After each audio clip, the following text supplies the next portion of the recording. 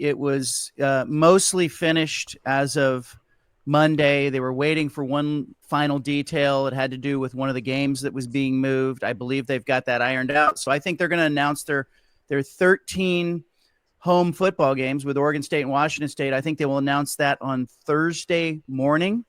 I think they wanted to do it a few days earlier, but they're, 9 games are going to be on the CW. I reported this about 2 weeks ago. That has held up, that the primary partner will be the CW. They've got the additional 4 games for Oregon State and Washington State that I believe are going to go to a couple of major national providers. Now, I'm eager to see who those are. Is it CBS? Is it ESPN? Is it Fox? Is it TNT? It's somebody in that stable. And they are definitely valuing the exposure over the revenue. And I think that, I think for them, the priority here is to stay visible. And I think they're going to get that in this deal. And do you think that this 2025 deal is being negotiated separate and apart from the future Pac-12 2026 deal, or do you think what we see there is going to be very representative of what you see for that future deal? Yeah, I'm told that these deals are being negotiated kind of simultaneously. So, Theresa Gould, the commissioner, told me that they didn't want to wait until 2026 to start telling the story, right, of this news conference and the new teams coming in. So I do think you're going to see the partners that are announced on Thursday be players in the 2026 deal. But their roles may change. Like the CW traditionally has not been a network that has wanted to take the bulk of the inventory, all the tonnage. But, they have some ESPN, ACC leftover games that they've been airing. They got in on the Pac-12 last year. Looks like they're continued to be in on the Pac-12. Could they have a little larger footprint with more teams and more inventory? Sure. But I also am going to be paying careful attention to those other major national providers that come in. And if it is a CBS, if it is ESPN, if it is Fox, are they going to be big time players in the 2026 deal? I wouldn't be surprised by that. I know that, they're not ready to announce 2026. There's still some stuff that needs to be ironed out there, but I don't feel like it's too far off into the horizon. Do you have a good sense of valuation of that 2026? I'm a Oregon State grad, and I'm a Yeah. sucker for all the trolls on on Twitter who, I'm hearing anything from they'd be lucky to get 8 million to they're definitely getting 15 million, anywhere in between. Do you have a sense of the valuation that that's going to have, or does it depend on the expansion team? Well, I think part of it is, I don't think the expansion team is going to significantly change that number. And I do think they're looking at maybe just one addition. I think that's part of what is kind of making the deal kind of unfold slowly, is because initially they talked about, could they get Memphis and Tulane? Could they get UNLV? Could this be a big bite, the second bite of the apple that in the expansion? And would that change the valuation? The feedback they got from media partners was, hey, beyond what they have right now in the stable, all these other additions are interchangeable mostly in the eyes of the media companies. There's certainly differences with brand and on-field success and market size, but it's fairly interchangeable. So, those estimates that we've seen thrown out, somewhere between 7 million per school per year and 12 million per school per year, are probably going to hold up. The media consultants I talk with are saying, hey, 10, 11, that would be a win for the Pac-12, because you kind of look at the media deal that the Mountain West Conference got and you go, this is exponentially bigger. You could be siphoning off some of those partners from the Mountain West that are going, hey, we liked having Boise State. We liked having San Diego State. We're just going to follow them to the Pac-12. So keep an eye on Fox and CBS in particular, who are part of that Mountain West deal currently. But I don't think that the Pac-12 is too caught up on what that number is going to be. I think that the range is there. There's also the involvement of Pac-12 enterprises. They will do production, I'm told, for the vast majority of the games in 2025. I expect that to continue in 2026. So there's an additional revenue stream that all of the members will benefit from as that side hustle, that production arm, continues to produce these games. So there's a little extra revenue there. But I think the bigger thing is exposure. It just comes back to exposure. People say content is king. The the platform that you're on is the queen then, and she's wearing the pants, right? So it's an opportunity for the Pac-12 to get their product out there. This is no time to disappear. This league has been, I think, constituted as, hey, we want to be a stepping stone for whatever comes next. And inherent in that is just staying visible. So I think the partners matter more than the revenue, even though revenue drives the bus in today's world. John Canzano is up on Cofield Company. As you can find John at johncanzano.com or up on YouTube at Bald Face Truth. So on the revenue front, you just said it. It's not necessarily tied to the additional schools. Yet, if they went, super across the country, really super expansion, maybe with a Memphis or some other schools, could they bring in more money? And what's more important to Theresa Gould? Is it staying mostly regional in the Mountain and the West, or do they want to be a national conference? Yeah, I think she's listening to her schools. And keep in mind that Oregon State and Washington State have a provision in the grant of rights that sort of gives them the right of approval or the right of refusal, or however you want to frame it. They sort of have the final say. Now, they're not supposed to hold that out if it's just the two of them on one side and everybody else is on the other side. It's not designed to be like, hey, you're in total control. But they need to have a blessing on this. And I think Oregon State and Washington State really do value being a regional conference. I don't think they want to send their athletes all over the place. It's why, when I look at that list of 8 or 9 schools that are the possibilities here, and we can go through them. UNLV, of course, one of them. You got Air Force and maybe Nevada coming out of the Mountain West. Then you go into Texas, and it's Texas State, UTSA, maybe North Texas. You go Memphis, Tulane, South Florida.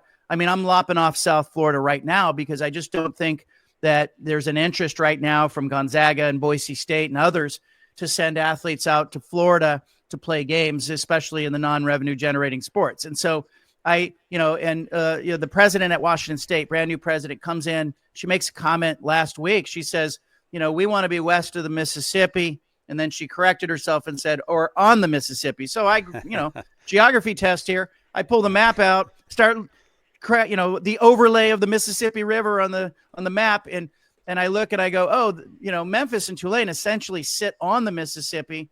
So that's as far east as you're going. I do think that there's a real desire here when you look at the schools they have and the states that they currently encompass in this new look Pac-12. The state of Nevada, it just jumps off the map at you. And UNLV, I think, is still in play. And I was told by a source that, look, the money that was promised to UNLV and Air Force in particular, if Gloria Navarro is the Mountain West commissioner, if she can't land the plane, all bets are off. And I think the American is sitting off to the side hoping she can't land the plane. And if that happens, I think they're going to try to grab Air Force. And I think the Pac-12 would love to have UNLV and love to, just call that, hey, that's good. That's expansion for now. But if you want to be the 5th best conference in the country, and I think that's important to the Pac-12, you take UNLV, you take Memphis, and it's done. I mean, I just don't think the American or the Mountain West can compete with that. I think in most years, your conference champion in football is getting that berth to the playoff. And I think most of our listeners know, the new grant of rights promises quite a bit of incentive payments to UNLV. I was just looking at it before we got on.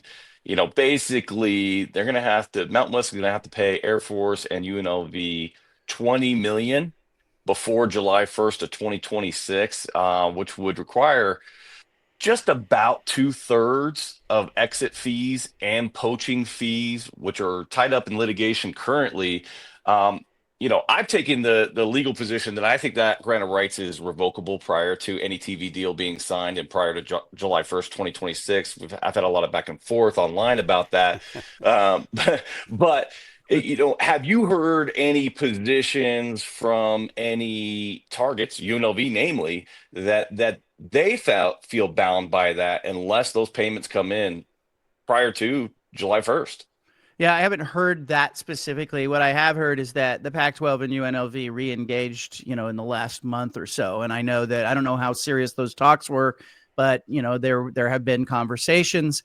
I think the prevailing thought is like, look, you look at prior history, and the best predictor of the future obviously is, the precedent, right? And so none of these things go to court. They're all settled.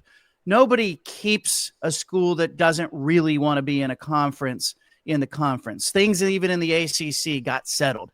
And so these things, I think this was bound for a settlement from the beginning. I think the Pac-12 and the Mountain West probably both knew that.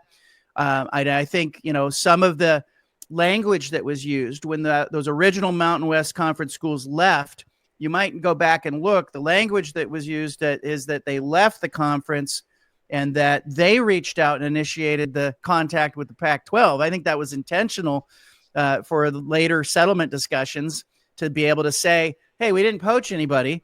They were leaving the conference. They left the conference, and then we admitted them. It's a semantics talk here, but it's kind of what these expansion and realignment things are built on. And I thought Utah State's athletic director, Diana Sabu, was very interesting, just in the last week or so. She says they were so unhappy with the offer that was made to UNLV and Air Force that they reached out to the Pac-12. I think all of that is designed to kind of undermine the Mountain West's leverage. As time ticks on, the Mountain West, I believe, loses more leverage. I don't think anybody believes that document is enforceable if UNLV and Air Force really don't want to be in that conference. And I think it's incumbent upon the Pac-12 to come and say, hey, look, here's the media number. Here's what we can pay of your buyout. Here's what we can negotiate. And I actually think that the delay on the 2026 deal, it just makes logical sense to me that some of that is tied to the fact that the Pac-12 and the Mountain West are talking, and they're talking settlement.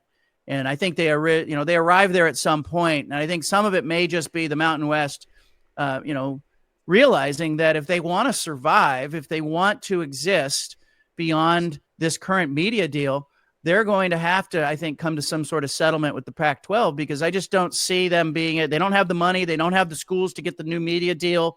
And they're going to need some kind of help from the Pac-12, or at least, a graceful shaking of the hands. And, if the Pac-12 wants UNLV and UNLV doesn't want to be in the Mountain West, I don't think that document is going to hold UNLV to the Mountain West.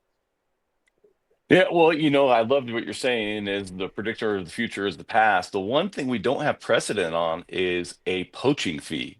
That was a newly created thing out of the scheduling agreement. And, I think it's a legal impossibility, I'll say, for the Mountain West to collect both 100% of exit fees and 100% of poaching fees. That's double damages for the same damage, for the same harm.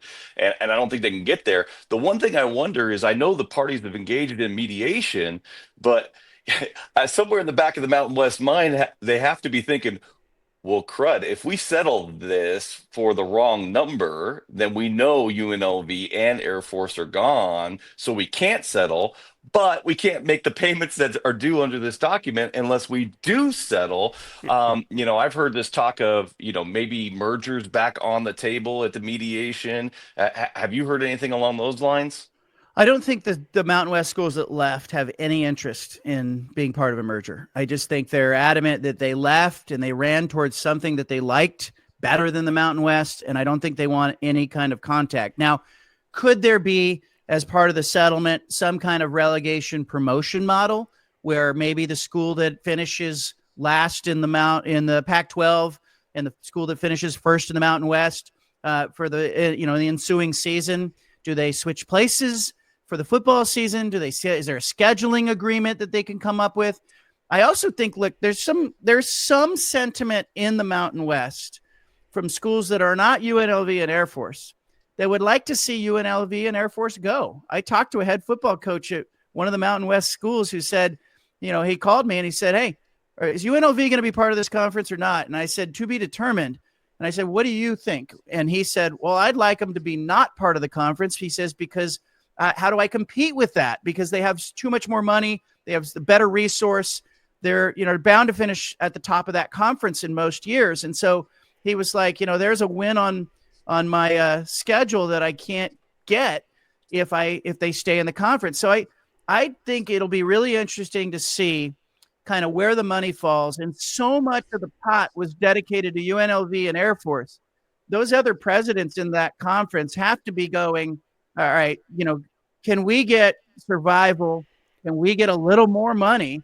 And UNLV and Air Force depart, and you get a conference that's a little easier to win. I think that is part of the equation. But the antitrust part of this lawsuit is interesting in that, the Utah State and the departing schools are basically saying that the poaching penalty created an antitrust violation that, didn't allow them to go into the free market and negotiate where they potentially could end up. And so I think there are a lot of legal people that are calling me. Everybody on Twitter is a legal expert, as you know, in your replies.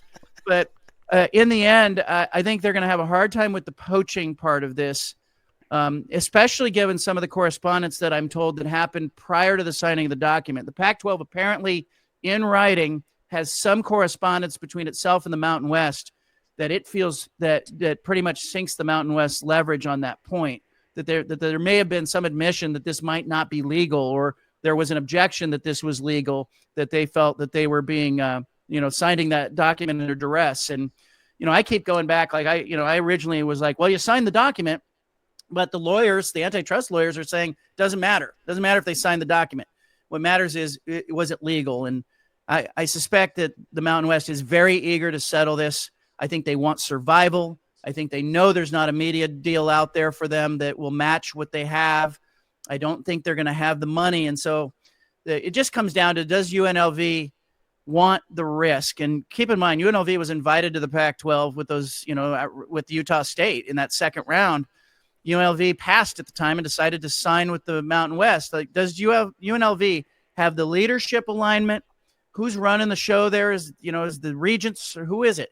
And do they have a little appetite for risk? Because there is a little appetite for risk in joining a new conference. John Canzano, JohnCanzano.com. Well, let's wrap on this. Let's recap. So 2025, we think there's clarity coming up here in the next week or so on Washington State, Oregon State, on the football schedule, the football times, and the connected networks. 2026, we think that's how far off with the announcement of the Pac-12 media deal, and does it come in conjunction with an announcement, hey, these are the schools we're expanding with?